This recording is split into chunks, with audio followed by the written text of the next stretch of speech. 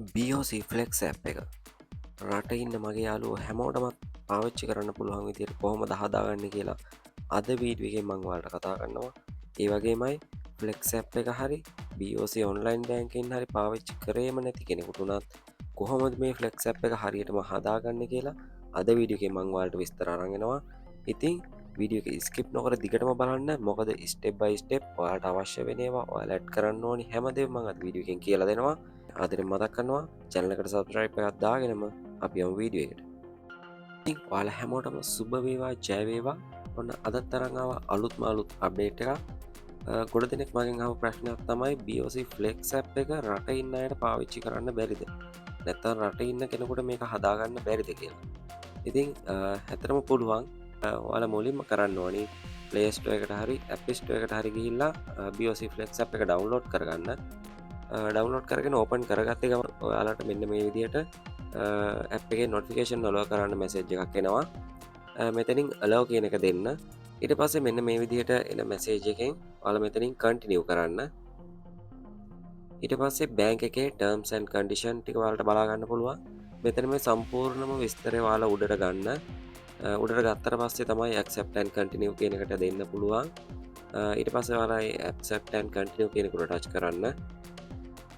ඊට පස්සේ ඔයාලට මෙන්න මෙතන බලා ගන්න පුළුවන් NIC එහෙම නැත්නම් passport number කියලා ඔයාලට තියෙනවා. මෙතනින් NIC number එක දීලා continue කියන එක උඩ ඔයාලා touch කරන්න. ඊට පස්සේ මෙන්න මේ විදිහට ඔයාලා බැංක් එකේ account එක open කරගන්නකොට එහෙම නැත්නම් ඉස්සෙල්ලාම බැංකුවෙන් ඔයාලා account එක හදා ගන්නකොට ඔයාලා බැංකුවට දීලා තියෙන phone number එකටයි email address එකටයි OTP code එකක් ඔයාලට එනවා. අන්නේ OTP code එක ඔයාලා මෙතෙන්ට add කරන්න ඕනේ. ඔයාලා දීලා තියෙන SIM එක ෆෝන් එකේ තියෙනවා නම් ඒන මැසේජ් එක මේ allow කරන්න පුළුවන්. මෙතනින් allow කරපු ගමන් OTP code එක එතෙන්ට add වෙනවා. එහෙම නැත්නම් ඔයාලා දීලා තියෙන email address එකටත් මේ OTP code එක මේනවා. එතනින් ඔයාලට code එක manual මේ විදිහට type කරන්න පුළුවන්. ඉතින් code එක add කරාට පස්සේ ඔයාලට මේ continue කියන එකට touch කරන්න පුළුවන්. ඔයාලට පේනවා ඉතින් මේ යටින් time එකක් පෙන්නනවා. ඒ time එක ඇතුළත ඔයාලා මේක අනිවාර්යයෙන්ම add කළ යුතුමයි. මොකද සමහර වෙලාවට මෙතනින් ඔයාලට එකපාර මේ කෝඩ් එක ඇඩ් කරගන්න බැරි වුණොත් සමහරලාට ඩිලේ එකක් එන්න පුළුවන්. සමහරට එකපාරම මෙතනින් ඔයාලට සෙටප් කරගන්න දෙන්නේ නැහැ. ඒ වුණොත් දවසක් විතර ඉඳලා තමයි සමහරට ඔයාලට ඇප් එක ආපහු හදාගන්න try කරන්න වෙන්නේ. ඒක නිසා පළවෙනි පාරම මේ කෝඩ් එක දීලා ඔයාලා මෙතනින් ඉස්සරහා පියවරට කන්ටිනියු කරන්න. ඊට පස්සේ ඔයාලට මෙන්න මේ විදිහට බලා ගන්න පුළුවන්. ඔයාලගේ බැංක් account එකට අදාළ ATM කාඩ් එකේ විස්තර ටික මෙතෙන්ට ඇඩ් කරන්න ඕනේ. ඒක අනිවාර්යයෙන්ම දිය යුතුයි. මොකද මේක ස්කිප් කරලා ඔයාලට ඉස්සරහට යන්න පුළුවන්. ස්කිප් කරලා ගියාට ඔයාලට මේ ඇප් එක හරියට පාවිච්චි කරන්න බෑ. මොකද වෙරිෆයි නෑ කියලා එරර් මැසේජ් එකක් ඔයාලට එනවා. ඒ වගේමයි මෙන්න මේ මැසේජ් එක ඔයාලට ගොඩක් වැදගත් වෙයි. ඉතින් මේ මැසේජ් එකත් කියව ගන්න ගමන්ම අපි ඉස්සරහට යමු. මෙතන ඔයාලට පේනවා ඇති උඩින්ම තියෙනවා කාඩ් නම්බර් කියලා. ඒ කියන්නේ ඔයාලගේ ATM කාඩ් එකේ ඉස්සරහා ඔයාලට පේනවා ඇති ඉලක්කම් 16ක අංකයක් තියෙනවා. අන්න ඒ අංකය තමයි මෙතෙන්ට ඇඩ් කරන්න ඕනේ. ඊට පස්සේ කාඩ් එකේ එක්ස්පයර් ඩේට් එක, මාසය සහ අවුරුද්ද. ඊට පස්සේ මේ CVV කියන්නේ ඔයාලගේ ක්‍රෙඩිට් කාඩ් එකේ පිටිපස්සේ ඇති ඉලක්කම් 3ක අංකයක්. අන්න ඒ අංකය මෙතෙන්ට ඇඩ් කරන්න ඕනේ. ඊට පස්සේ ඔයාලගේ කාඩ් එකට අදාළව PIN නම්බර් එක.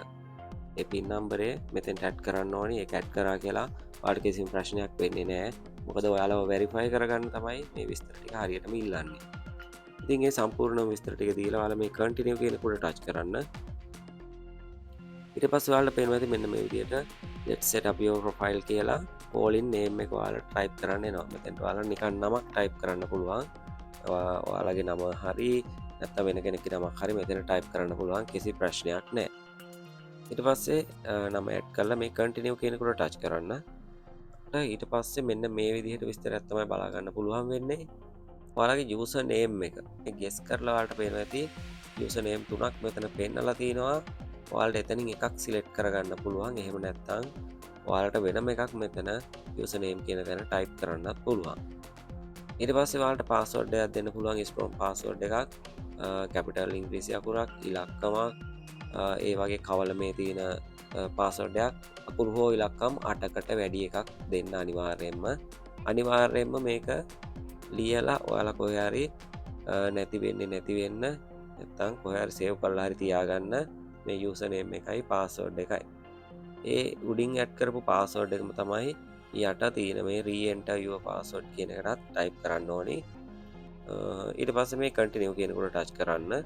ඊට පස්සේ මෙන්න මේ විදිහට ඔයාලට අහනවා save password to Google password manager කියලා.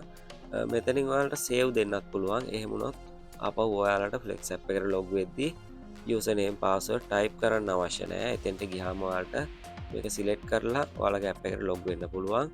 මෙතනින් not now දුන්නොත් ඔයාලට සැරින් සැරේ මේක type කර කර ඉන්න වෙනවා. ඒකින්ද මෙතනින් මම දැනට save කියන එක දෙනවා. ඊට පස්සේ ඔයාලට මෙන්න මේ විදිහට profile picture එකක් add කරන්න එනවා.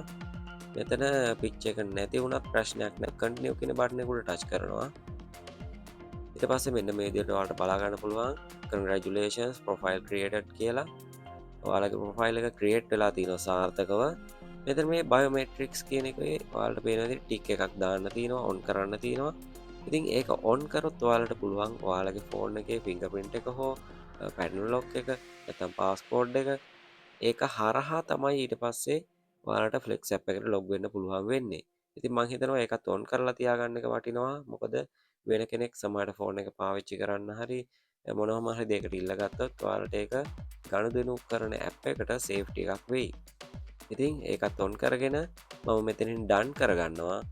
ඊට පස්සේ ඔයාලට මෙන්න මේ විදිහට ආපහු ඔයාලගේ Flex app එකේ මුලටම අරගෙන යනවා.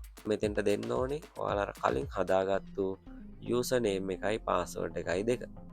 ඒ දෙක දීලා ඔයාලා මෙතනින් මේ login කියන එකට ටච් කරන්න. ඊට පස්සේ මෙන්න මේ විදිහට සාර්ථකව ඔයාලට Flex app එක setup වෙලා තියෙනවා පේනවා ඇති. මම හිතනවා හැමෝටම වැදගත් වෙයි අද වීඩියෝ එකත් ලංකාවේ ඉන්න අයටත් රටේ ඉන්න මගේ යාළුවෝ හැමෝටමත්. ඉතින් මොනවා හරි ගැටලුවක් ප්‍රශ්නයක් තියෙනවා නම් අනිවාර්යයෙන්ම කමෙන්ට් එකක් දාන්න. එහෙනම් ඉතින් ඔයාලා හැමෝටම ජය වේවා.